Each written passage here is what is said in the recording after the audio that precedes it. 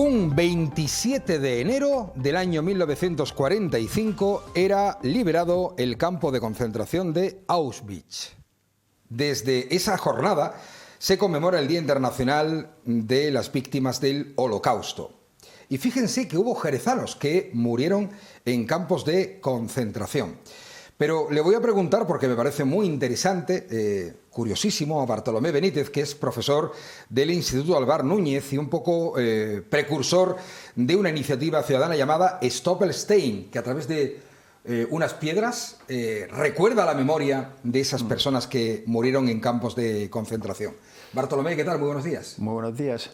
Sí, mira, nosotros estamos muy contentos con esta iniciativa porque, bueno, en muchas localidades hacen actos para conmemorar la memoria de deportados, ¿no?, de víctimas del nazismo de esos lugares, ¿no?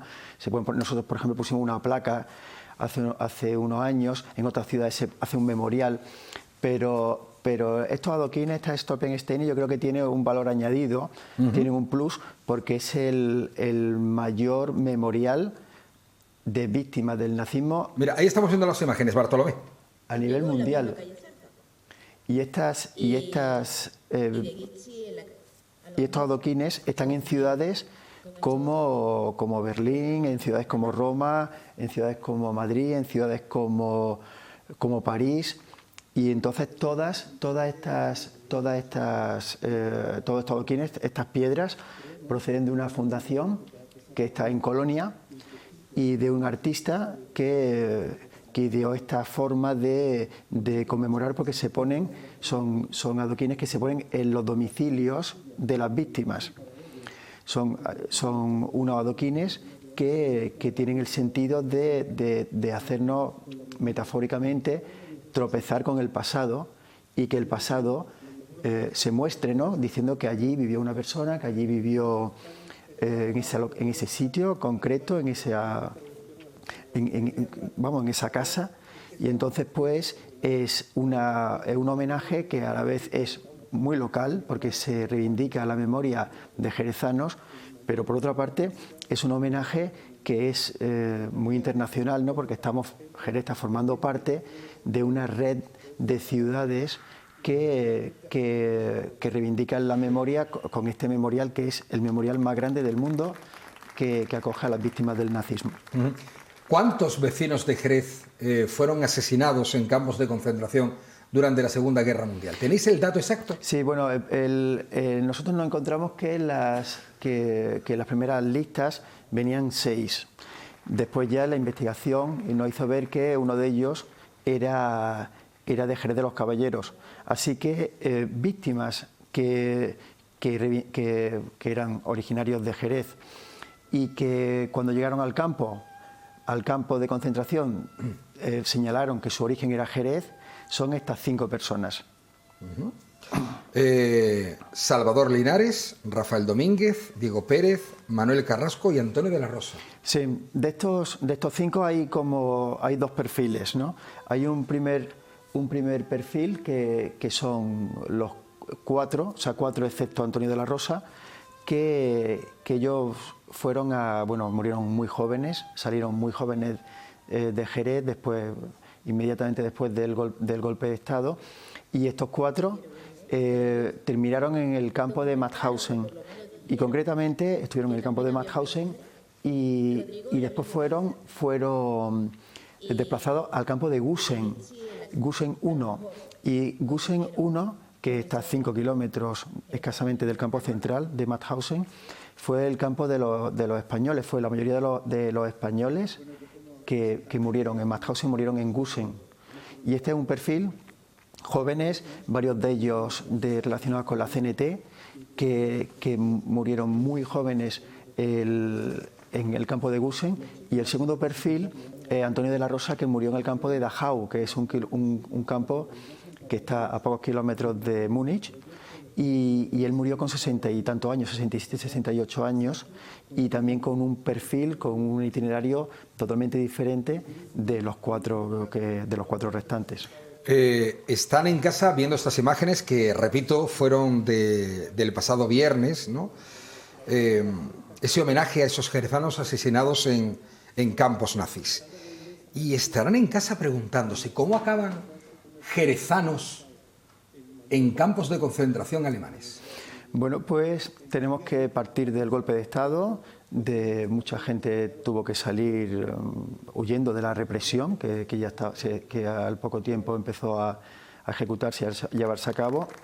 Muchos de ellos jóvenes, tenemos ya acreditados varios, como decía antes, ¿no?, de una relación intensa con la CNT, pasan al lado republicano, pasan al ejército republicano y muchos de ellos salen con el exilio de Francia.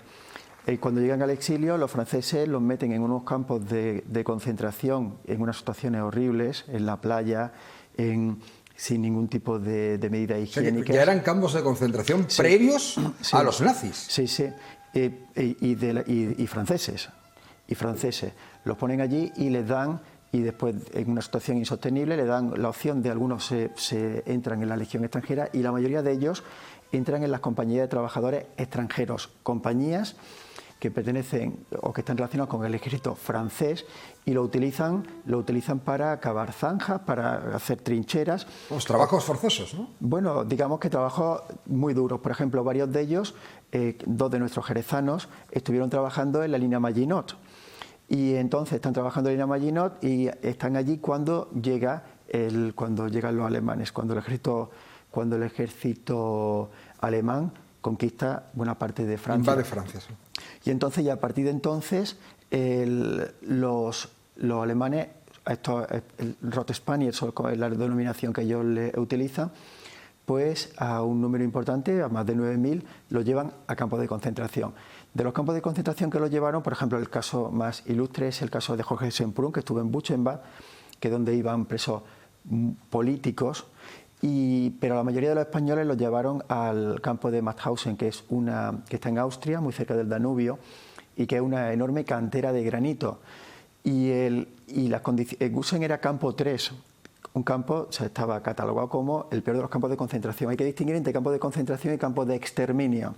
Auschwitz-Birkenau es un campo de exterminio, pero Mauthausen es un campo de concentración tipo 3, que es la máxima categoría. Y entonces, cuando entraban en la cantera de Mauthausen, eran 6 meses de vida media para la gente que los mandaban allí. No aguantaban. No aguantaban. A los 6 meses era la esperanza de vida de la mayoría de ellos. Los que sobrevivieron eran porque empezaron a estar en otros departamentos que no era la cantera, porque la cantera era horrible. Y después abren Gusen 1 y se llevan a muchos españoles. Y Gusen 1 es aún peor que Mauthausen. Gusen 1, los que los mandaban a la cantera, la esperanza de vida era de 3 meses. Eran unas condiciones horribles. Y 4 jerezanos, insisto, como la gran mayoría de los españoles, murieron en el campo de Gusen. O sea, pasando un auténtico infierno. Sí, bueno, las condiciones eran horribles.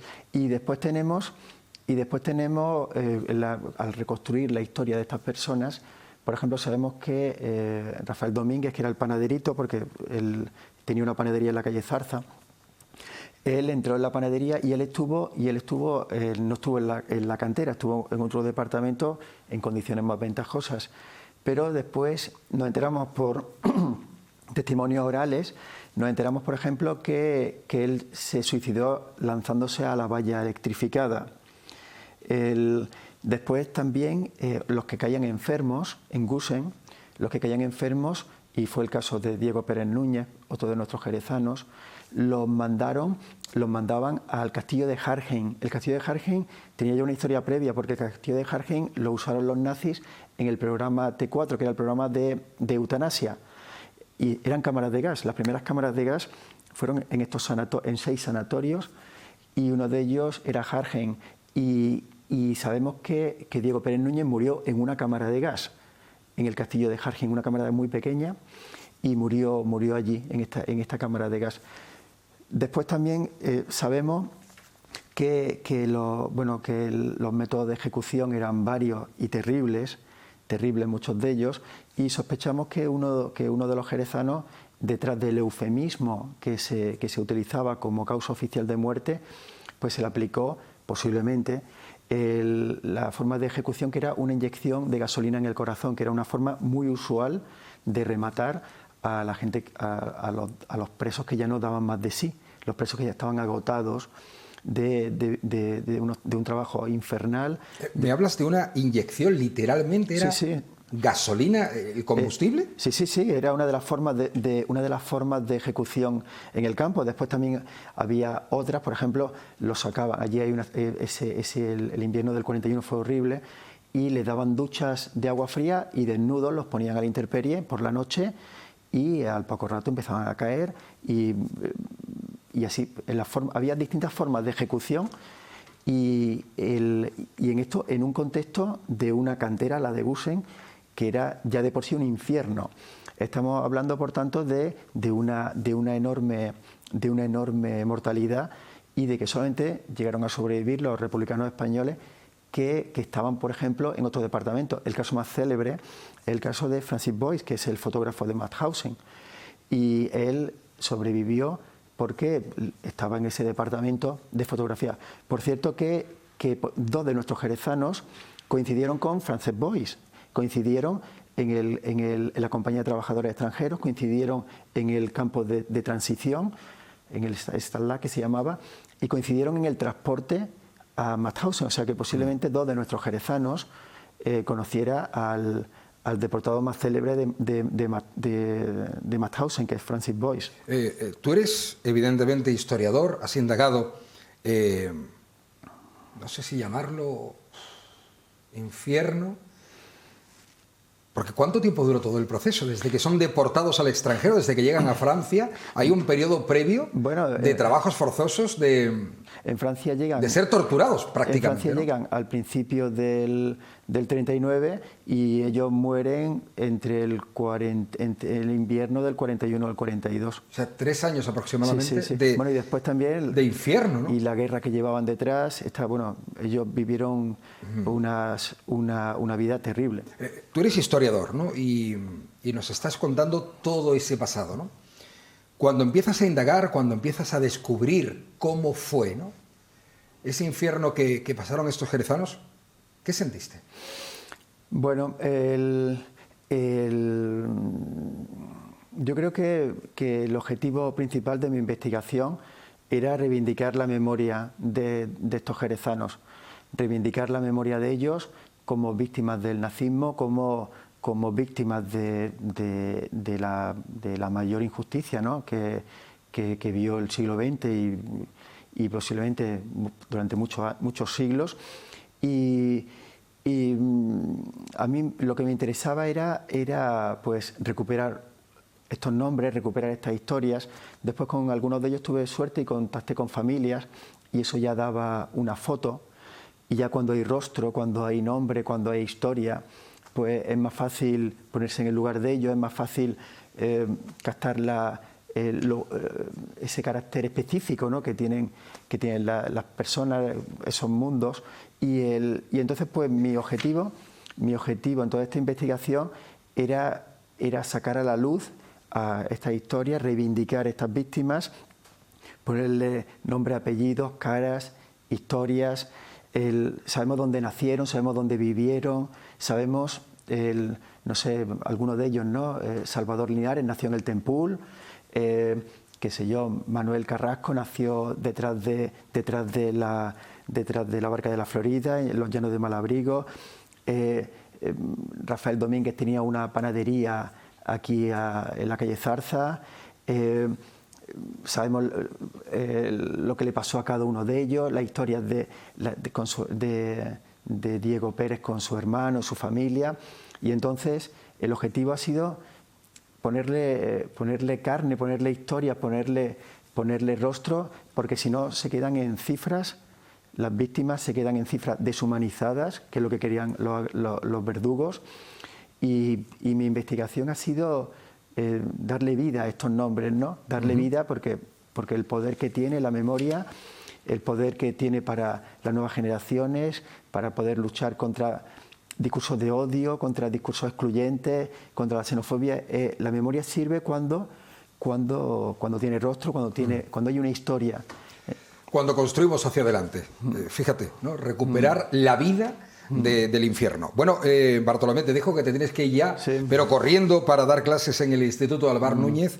Y en fin, que ha sido un auténtico placer. Me encantaría que te vinieras otro día para más tranquilamente hablar de estos episodios históricos que no pueden caer en el olvido. Sí. Bartolomé, Venga, muchísimas gracias. Muchas gracias. Por hablarnos de estos jerezanos, 5 asesinados en campos de concentración nazis y el infierno que pasaron. Enseguida hablamos de otras cosas más amables aquí en Jerez al Día.